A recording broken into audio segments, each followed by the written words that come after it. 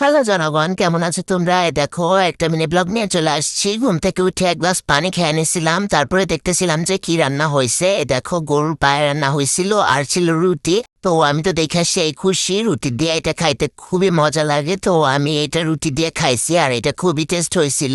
তারপরে এই দেখো, এটা ছিলতেছিলাম আমি, আর এটা যে ছিলাটা কি বিরক্তিকর, তালের শ্বাসের যে ছোকলাটা, এটা ছিলতে অনেক কষ্ট, কিন্তু খাইতে কিন্তু 1 মিনিটও লাগে না। খাইতে গেলে 1 মিনিটে শেষ। সবাই একটা একটা নিয়ে আনিলেই সব শেষ। তো এটা খাইতে আমার খুবই ভাল লাগে, আর ভিতরের যে মিষ্টি পানিটা থাকে ওইটা তো খাইতে সেই টেস্ট লাগে। আর এই দেখো, আম্মু সেদিন ছাগলের কি বলে খাসির কুরমা করছিল, আর এটাও খুব টেস্ট হয়েছিল। এটা আমি একটু একটু রেকর্ড করছি, তোমাদের সাথে রেসিপি শেয়ার করবো নে।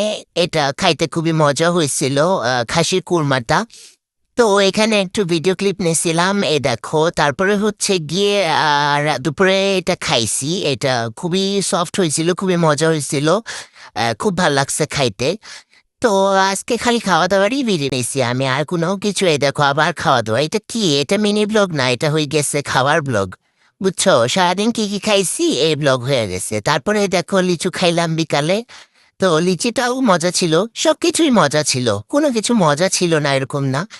দেখো, রাতে আবার এখানে আমি আইসক্রিম বানাইছিলাম, আর এটা ছিল চকলেট আইসক্রিম। আর এটার রেসিপিও আমি তোমাদের সাথে শেয়ার করব। আমি তো শেয়ার করি, বুঝছো, আমি হচ্ছে গিয়ে অলস আলসা। এই ভিডিও কবে করছি এখনো শেয়ারই করতে পারি নাই, তবে শেয়ার করব তোমাদের সাথে। আমি এই আইসক্রিমের রেসিপিটা, এটা খাইতে খুবই মজা হয়েছিল, বুঝছো। আর আজকে এতটুকুই রেকর্ড করছিলাম। টাটা।